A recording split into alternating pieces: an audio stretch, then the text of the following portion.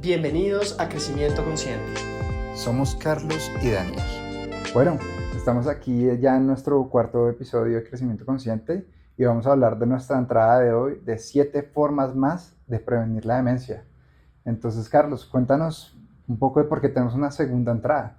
Sí, desde un principio, esta gran serie sobre los 14 factores de riesgo que mejor predicen la demencia en edades avanzadas, cuando ya somos adultos mayores, la pensamos como 2, incluso llegamos a considerar 3 entregas, 3 entradas, porque es considerablemente largo, como se podrán haber dado cuenta de la primera entrada. Si no, los invitamos a que vayan y la lean.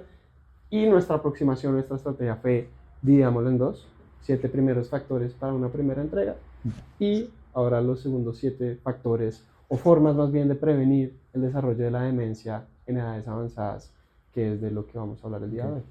Bueno, y resumen general, ¿por qué hablamos tanto en crecimiento consciente de este tipo de enfermedades crónicas? ¿Por qué estamos hablando de la demencia en específico? Bueno, para los que nos siguen de tiempo atrás, seguramente ya sabrán que uno de nuestros derroteros, de nuestras estrellas guía en crecimiento consciente en el aspecto de salud, es la búsqueda de la longevidad. Y en múltiples entradas ya hemos enfatizado en cómo hoy por hoy, con nuestro estilo de vida moderna y con los desarrollos de la medicina y de la organización social del último siglo, para no ir mucho más atrás, en los principales factores de riesgo, los principales obstáculos a alcanzar la longevidad, entendida como no solo vivir muchos años, sino vivir con mucha calidad cada uno de esos años que vivamos, son las enfermedades crónicas, las enfermedades no transmisibles. Y ahí caen 4 grandes categorías: enfermedades cardiovasculares, enfermedades metabólicas, llámese diabetes, disfunción renal, disfunción hepática, cáncer y, por último, enfermedades neurodegenerativas. Y esta última categoría, en donde cae la demencia, es quizás la que desafortunadamente hoy por hoy menos avances y menos entendimiento hay desde el campo de la medicina, desde el campo de la ciencia, pero eso no quiere decir que no hayan habido esfuerzos notables y que recientemente una comisión que encargó la prestigiosa revista The Lancet para estudiar el tema haya emitido sus hallazgos, y es lo que motivó, entre otras, a crear esta serie y compartirla con ustedes, porque sin duda alguna uno de los principales factores y que cada vez más va a impactar sobre la calidad de vida no solo personal, sino de nuestros familiares, de nuestro entorno social, son estas enfermedades neurodegenerativas que a título personal, creo yo, son quizás las que más temo, son las que buscaría con todo mi ser evitar desarrollar a largo plazo. Claro.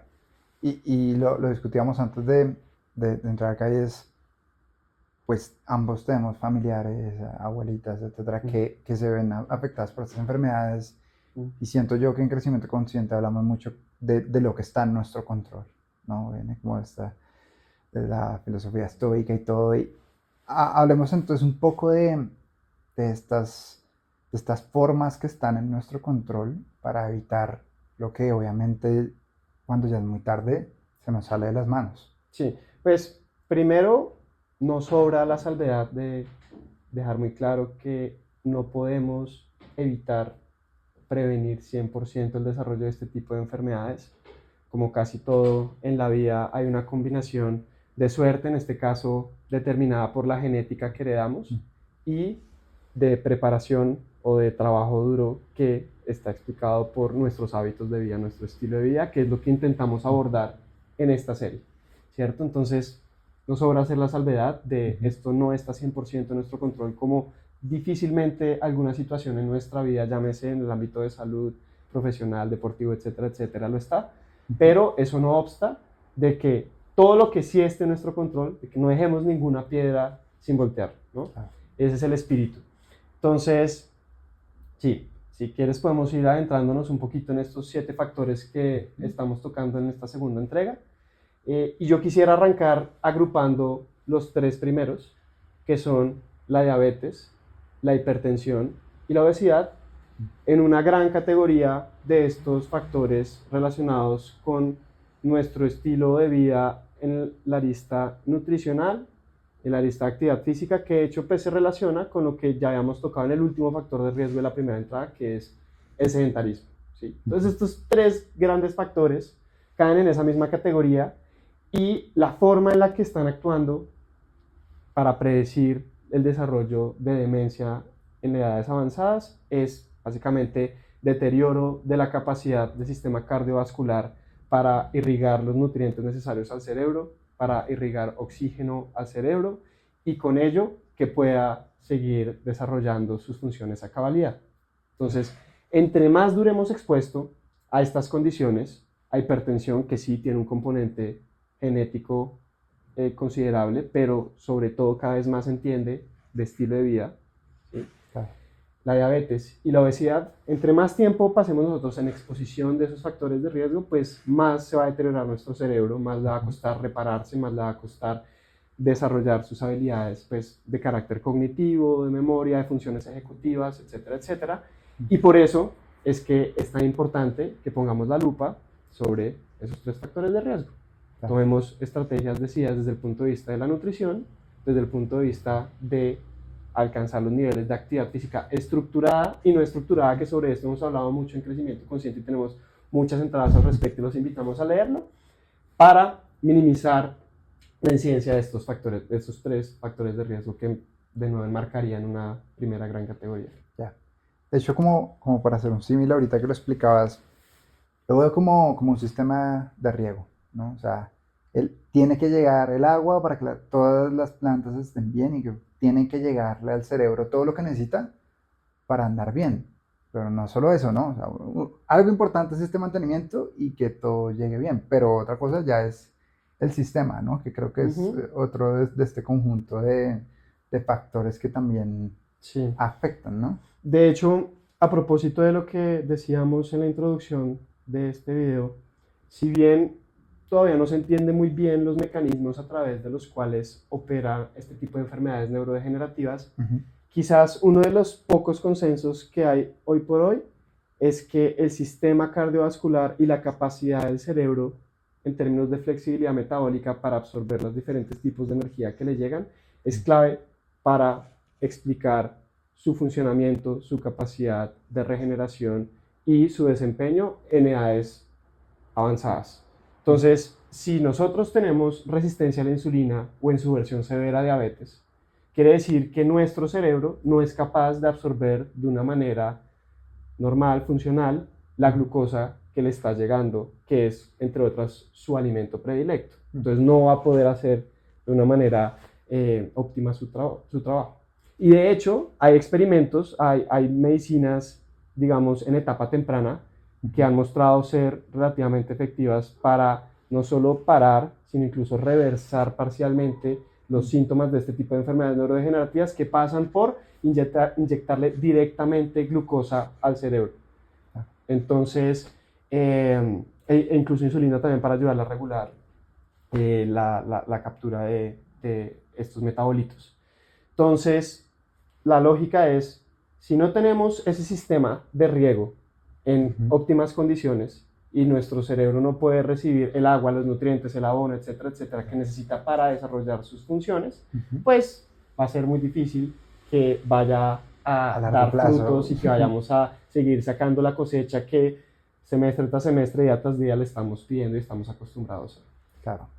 Bueno, entonces, estos los primeros tres, ¿no? Cómo llegan los nutrientes y todo lo que necesita el cerebro. ¿Qué sigue?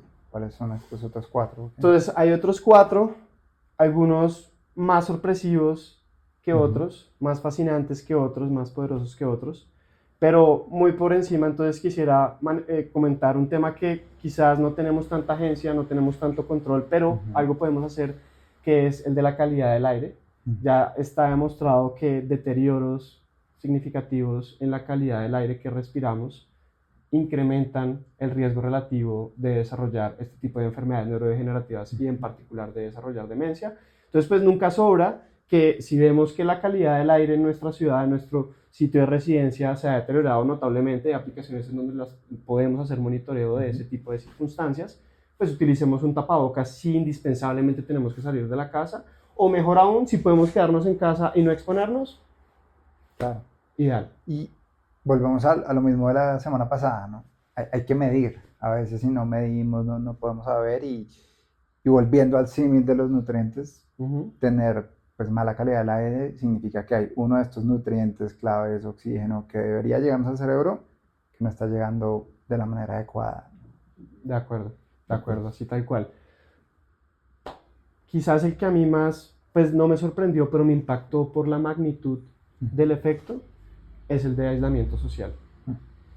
Y esto lo utilizo como gancho para invitarlos a revisar nuestra entrada de hace 2 semanas sobre la epidemia de soledad que se está viviendo en el mundo occidental y que está íntimamente ligada a la mayor incidencia de los aparatos electrónicos, del uso, del consumo de redes sociales y todo lo que viene atado a ello, ¿cierto?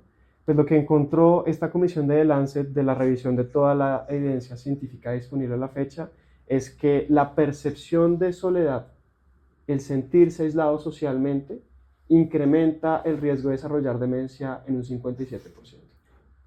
Entonces, acá la invitación no es solo a que nosotros cuidemos de nosotros mismos, ¿sí? Y procuremos cultivar relaciones de pareja, de amistad, de colegaje en el trabajo que sean robustas, sólidas, que nos den un sentido de pertenencia, de comunidad, y para eso también tenemos muchas entradas que nos pueden ayudar a guiar, sino a que seamos generosos y con las personas de nuestro entorno, sobre todo nuestros familiares mayores, que es normal que nosotros creamos que es parte del ciclo de la vida, que ellos se vayan aislando y que vayan estando solos y que ya como que se vaya marchitando su presencia acá. No, que seamos contundentes, seamos generosos y no permitamos que ese aislamiento se materialice. Hace poco me contaron una historia que me pareció brutal de esto y era como alguien relacionado a un abuelito y que pues como que esta persona sentía que el abuelito ya iba muy lento y literalmente lo ignoraba. Era como, bueno, ay, mira este meme, esta foto. Lo ignoraba. Yo decía, ok, puede que ya no vaya al mismo ritmo que tú y todo, pero es una persona que quizás ya no tiene a su pareja, quizás ya no tiene a sus hijos, Total. ¿cómo te vas a ir al otro lado inclusive de ignorar a una persona que te está hablando? Yo siento que esa acumulación de sentirse aislado, porque, o sea, no es solo estar aislado, es esa sensación. Sí. Que tan aislado me siento, me están ignorando, no escuchan lo que digo, no me entienden. Y siento que esa percepción también afecta más de lo que uno creería. Sí, acá sin entrar muy en el detalle de lo que sería otro pilar de crecimiento consciente, que es el de la inteligencia emocional, yo creo que dos grandes motivadores para uno actuar sobre estas circunstancias y en efecto no permitir que el abuelito, la tía abuela, incluso ya los papás, ¿sí? Por muchos ya tenemos papás que se acercan pues a esa etapa de la vida, es uno, ser conscientes y agradecidos del legado y lo que todos sus esfuerzos que se apilaron durante años y años han representado para nosotros y para tantos otros, y justamente retribuirlo de esta manera y ser compasivos y ser generosos. Y segundo, si eso no es suficiente, si no es el gran motivador que están buscando interior, pues siempre estará lo que nosotros pregonamos de la máxima de oro, la ley de oro, que debería ser un principio moral universal de, es que tú mañana vas a estar allá también, ¿sabes? Claro. Entonces no trates a los demás como no gustarías que te trataran. Entonces esa es la invitación. Para mí, de esta segunda entrada, ese es el factor que más me impactó y que más me gustaría accionar al respecto. Sí, y como comentario final, antes de tocar los últimos dos, pues es que es ponerse en los zapatos. Todos tenemos abuelos, todos tenemos padres. No, no es como, eso no es problema mío. Yo me preocuparé por la demencia en 20 años, ¿no? Todos tenemos papás, todos O tenemos abuelos, parejas, si hermanos, ya están en parejas. adultos, pues ya son adultos Claro, mayores, o sea, que nos estén escuchando, nos estén viendo, claro. aún más verás. Y la invitación es a quienes lo vean lejos, vean como este pensamiento segundo orden. Quizás ustedes están lejos de la demencia, pero su papá, su abuelo, su mamá, su abuela, etcétera. Y entre más información tengamos al respecto, más podemos actuar para evitar que estas cosas sucedan. De acuerdo, totalmente de acuerdo. Y bueno, para ya ir culminando, ir cerrando los otros dos factores de riesgo que abordamos en esta entrada 1, que quizás no es tan sorprendente y que yo creo que es una entrada que le estamos debiendo a nuestra comunidad desde hace un tiempo, es el alcohol. El consumo excesivo de alcohol está asociado de manera no lineal, es decir, entre más consumo de alcohol, más grande marginalmente es el deterioro en las capacidades neurodegenerativas y consigo el riesgo de desarrollar demencia o Alzheimer incluso. Y de nuevo, no debería ser sorpresa, pero en entradas posteriores vamos a entrar en el detalle de por qué eso es así. Y por último, muy relacionado con la primera entrega, que es la pérdida de audición no tratada, los autores de esta comisión también encontraron que la pérdida visual no tratada incrementa el riesgo de desarrollar demencia y enfermedades neurodegenerativas en términos generales, y muy seguramente, aunque no está corroborado, el canal a través del cual actúa es porque tanto la pérdida de visión como la pérdida de audición tienden a aislar a las personas si no se trata. Y muy importante el mensaje aquí es: nunca es tarde para tratarlo. Las cataratas en edad avanzada, tan pronto como hayan síntomas, tratarlo. La pérdida de audición, no es que, no es que ya estoy viejo, ya mi papá o mi abuelito están viejitos y es normal. No, o sea, hacer las intervenciones oportunamente puede cambiar dramáticamente, y más, entre más avanzada es la edad, más es el impacto de este tipo de factores sobre el riesgo de desarrollarlos. Entonces, esa es la invitación también, a que no obviemos, a que no subestimemos el impacto que puede tener un pequeño deterioro en la visión, un pequeño deterioro en la audición, porque se van componiendo en el tiempo, y entre más viejos estemos, más acelerada es esa composición y asimismo el deterioro y sobre todo que ya son procedimientos ambulatorios. Sí. Hace poquito mi mejor amigo del colegio se operó los ojos y se hizo la cirugía, al día siguiente veía un ojo 20 y el otro 19.5. No hay excusa. Es decir, un procedimiento de 2 a 3 horas y que le cambia la vida a No las hay personas. excusa, Entonces completamente es muy de acuerdo. importante, no importa la edad, no importa el momento, todo sirve para evitar esta sensación y no perder la conexión con quienes nos Totalmente de rodean. acuerdo. Y nada, yo creo que pues esto nos viene muy bien como puente para el cierre, porque así como no hay excusa para hacer este tipo de intervenciones, pues el mensaje global de esta serie es: no hay excusa para no tomar acciones decididas en pro de la prevención de este tipo de enfermedades. Entre más temprano mejor. Si tienen 15 años, 10 años, menos de 20 años, no lo subestimen. Antes siéntanse afortunados de recibir este pedazo de información tan tempranamente y empiecen a tomar cartas en el asunto ya. Y mejor aún, sean generosos con las personas que ya están en etapas más avanzadas y aporten desde su perspectiva, desde su posición, en lo que puedan, para que esas personas pues también mitiguen en la medida de sus posibilidades el riesgo de desarrollar estas enfermedades, que no solo son tan trágicas para el que las sufre, sino yo creo que más aún para la familia que tiene que acompañar al paciente, al enfermo. Entonces, pues yo creo que esa es la invitación de esta serie, y esa es la mejor nota con la que podemos cerrar esta entrega de hoy. Completamente de acuerdo. Entonces, bueno, gracias a todos. Nos vemos en un próximo episodio. No olviden seguirnos, darle like y compartirlo con cualquier persona. Calificarnos en Spotify, en la plataforma donde sea que nos estén que nos viendo. estén escuchando, por favor, y pues ayudar a llevar estas capsulitas de conocimiento a la mayor cantidad de personas. Gracias.